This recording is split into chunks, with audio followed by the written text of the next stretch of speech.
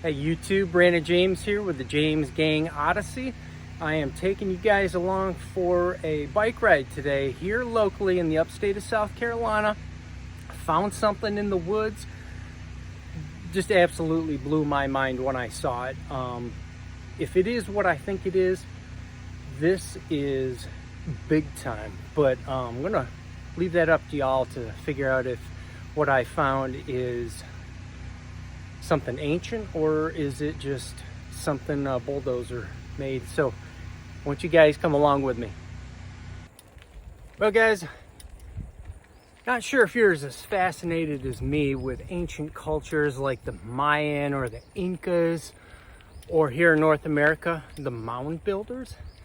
That one's really fascinating. So they range from 3500 BC all the way to 1600, basically. I think it was the Mississippian, the Archaic, and the Woodland periods. But really fascinates me.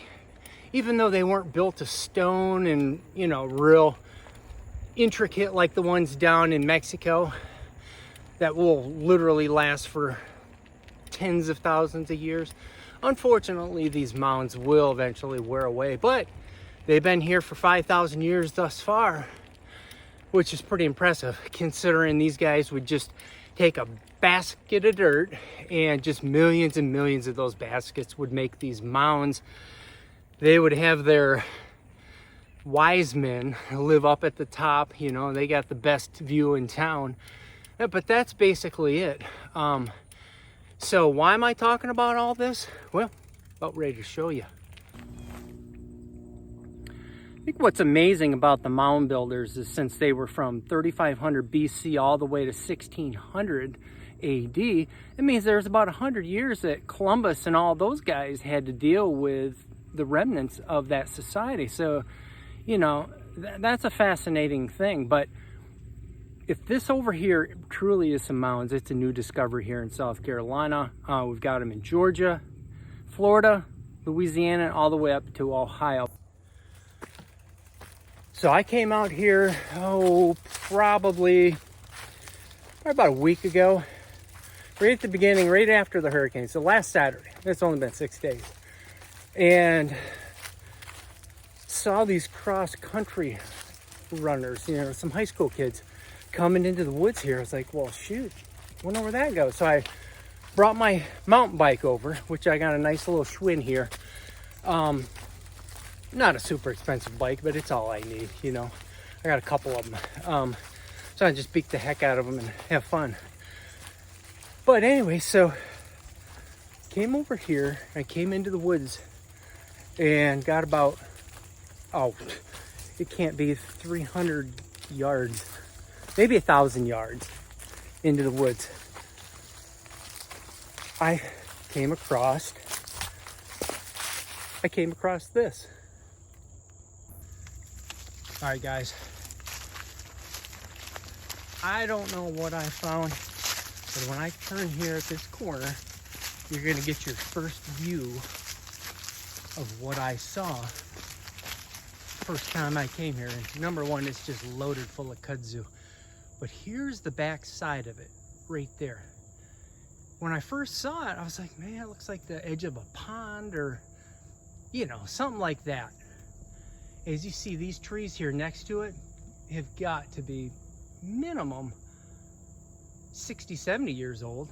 You know, the ones over here are actually a little bit older. They look to be 100 years old. But I don't know what this is.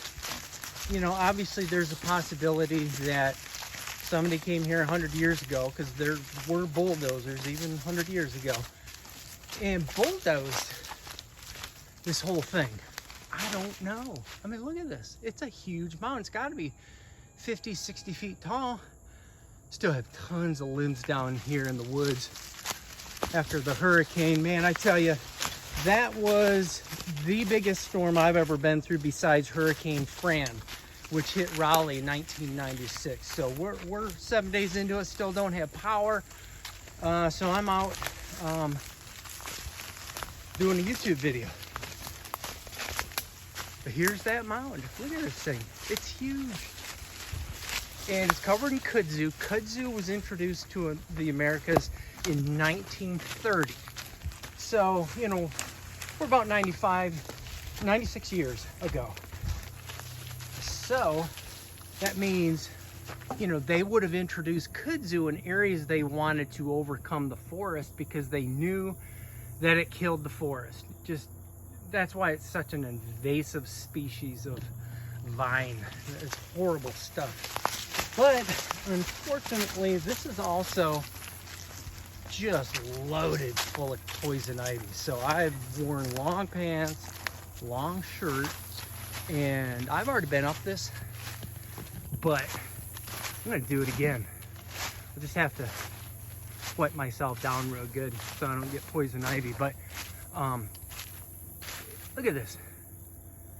Now, like I said, the chances that this is an ancient mound that hasn't been documented and discovered is probably 1 in a million. I know that, but sure is kind of weird just out here in the middle of the woods. This is an undeveloped development that a bunch of Finnish builders have bought, grouped together their money and bought, you know, hundreds, if not a couple thousand acres. And not even a third of the development is developed. So they've got another couple decades of building out here. So looks like, honestly, it looks like deer, white-tailed deer. Because if you look at the footprints, you can see the hoof marks. If I get up close and see that little scrape right there, you can see that was from a hoof. Anyways, incredibly steep. I can barely hold on, but it looks like the deer come up here and just love it because, whoa, almost slid down the hill. They can come up here and be totally secluded. Not have to worry about predators. Oh, yeah. There I go again. Just fell again. Man, this is a lot steeper than I realized. Whew. All right, I'm gonna switch the camera. Well, guys, I've been busting my butt coming up this hill. Whew, as you see, it's pretty steep behind me here. Whew, getting a little winded. Oh my goodness. So I'm at the top. As you see, got the mountains behind me. It's at least 60 feet up. Deer trail galore up here. Man, this would be a great place to come put a nice little blind right over there and get you some dinner. But this is really something. I found this 6 days ago and still don't know what it is. I'm gonna try to do some research, find out if anybody that's developing this land knows about this. If they see this video, please just type it down there in the comments. Like I said, I know could be a bulldozer. 95 years ago did this, but why in the heck would they mound up this much dirt and then have this open field behind me here for nothing? Because like I said, I'm out in the middle of the woods. The other development's way over there. They've already clear cut all that for their housing development. So why this would be here, have no clue. So that's why I do some research. To me, it really looks like it, you know, like one of those earthen mounds, like Ocmulgee down in Macon, Georgia, or the Etowah mounds, also down in Georgia. And there's another one, it's escaping me. Right, it starts with a K. I can't remember the exact names. I've been to all three. It's amazing stuff. I want to go to Cahokia, which is up near St. Louis. That was the largest development that the mound builders had during that time. Matter of fact, they said when they were at the peak of their civilization, they were the largest city on earth, bigger than London, bigger than any other civilized world societies that we've all talked about, but obviously the mound builders are no more, and they're just like every culture, they tend to fade out to nothing. Like it seems like we're destined to do ourselves. But anyways, guys, hope you enjoyed this. I've got a lot more coming. I'm going to go up into the mountains and try to interview people after this hurricane and get some footage of Chimney Rock, any of these other cities like Asheville that just got devastated by the hurricane, and then volunteer. If I'm going to go up there and interview people, I'm going to go volunteer and help some of these people out, because it's big time. Hope you guys enjoyed this. Do me a favor, go ahead and subscribe, and go ahead and like this video, and we will see you on the next one.